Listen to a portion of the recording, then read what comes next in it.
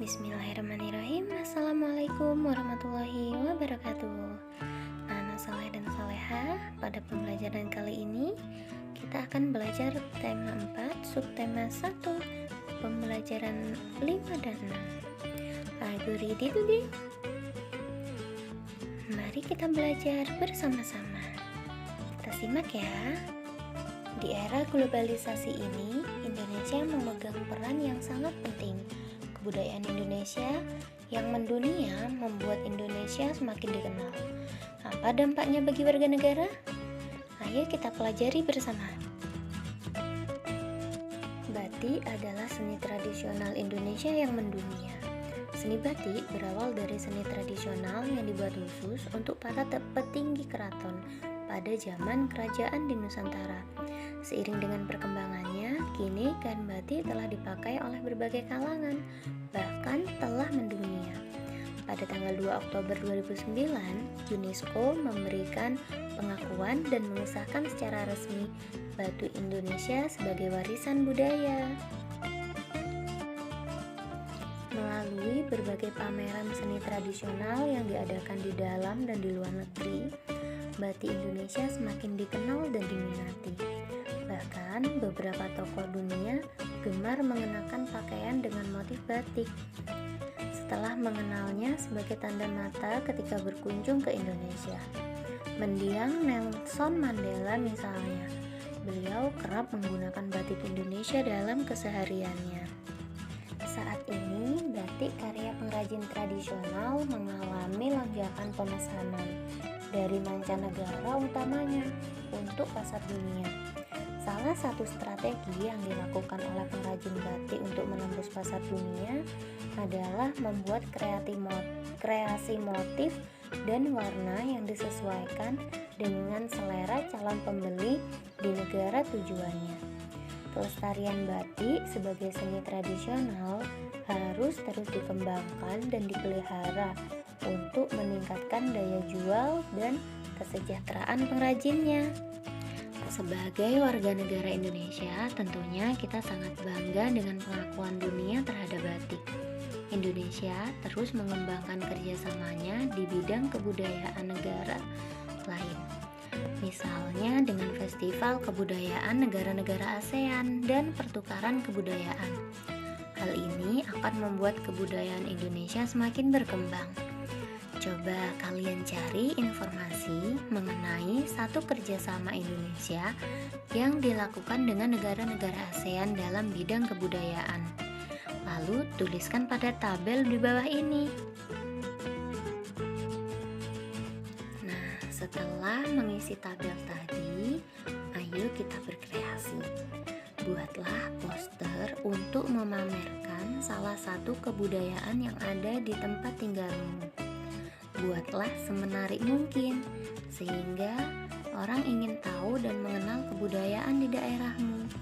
Jangan lupa, perhatikan pula kriteria poster yang baik yang sudah kamu pelajari sebelumnya. Nah, kita lanjutkan ya. Sebelumnya, kalian telah mempelajari keterampilan dasar kuda-kuda di dalam silat dan mempraktekannya dengan kombinasi pola langkah. Sekarang kalian akan belajar 4 jenis keterampilan pasang. Sikap pasang merupakan kombinasi sikap kaki dan sikap tangan dengan kuda-kuda maupun tanpa kuda-kuda yang selalu disertai dengan kesiagaan mental dan indera secara total. Coba kalian amati gambar yang satu ini. Namanya sikap pasang 1, yakni sikap dengan kuda-kuda tengah belakang, dengan berat badan di tengah, posisi kaki di depan dan belakang sejajar. Sikap pasang tertutup, posisi kedua telapak tangan terbuka. Kemudian gambar kedua ini, coba kalian perhatikan. Sikap pasang 2, yakni sikap pasang dengan kuda-kuda tengah serong, atau sikap pasang tertutup dengan satu tangan yang mengepal. Selanjutnya sikap pasang 3, yakni sikap pasang dengan kuda-kuda samping. Dengan sikap pasang tertutup, Posisi tangan kanan lurus, tangan kiri bersilang di dada atau sebaliknya. Posisi kedua, telapak tangan terbuka menghadap ke atas. Dan ini adalah gambar terakhir, sikap pasang 4, yakni sikap pasang dengan kuda-kuda depan atau posisi telapak tangan depan mengepal, telapak tangan yang lainnya terbuka silang di dada. Nah, anak-anak, kalian telah belajar dan berlatih sikap pasang kuda-kuda yang dikombinasikan dengan variasi pola langkah dan pola pasang. Di era globalisasi sekarang ini, tentunya kita sering menyaksikan olahraga bela diri silat yang ditayangkan dalam acara-acara televisi. Namun, terkadang listrik di rumah tiba-tiba mati, atau yang biasa kita kenal dengan mati lampu. Bagaimana hal tersebut bisa terjadi? Apakah kalian tahu? Nah, anak-anak, coba kalian amati gambar berikut ini. Mengapa mati lampu? Nah, listrik memiliki peran penting di era globalisasi. Globalisasi terjadi karena perkembangan teknologi di berbagai bidang yang didukung oleh peran listrik sebagai sumber energi di dalamnya. Kehidupan warga negara saat ini menjadi sangat dekat dengan listrik. Listrik menjadi bagian kehidupan dalam keseharian yang tidak terpisahkan, sehingga saat arus listrik di rumah mendadak terputus, biasanya kita sebut dengan mati lampu. Kejadian tersebut menjadi hal yang cukup mengganggu. Faktor apakah yang menyebabkan hal tersebut terjadi?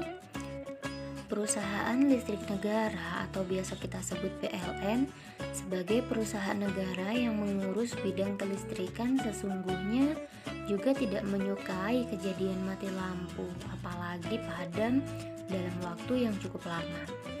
Karena hal tersebut akan sangat mengganggu berjalannya proses pembangkit transmisi distribusi energi listrik. Faktor-faktor penyebab mati lampu antara lain adalah ketidaksiapan pembangkit, gangguan transmisi, atau gangguan distribusi. Faktor yang berpengaruh bisa dari luar dan dari dalam. Faktor luar yaitu gangguan alam seperti petir, pohon, dan hewan yang menyentuh jaringan atau galian yang menyebabkan kabel tanah rusak. Sedangkan faktor dalam terjadi pada gangguan komponen dan peralatan yang terpasang pada jaringan. Nah, kita sebagai warga negara, pengguna listrik, tentunya dapat membantu untuk mencegah terjadinya faktor luar, guna menghindari terjadinya mati lampu.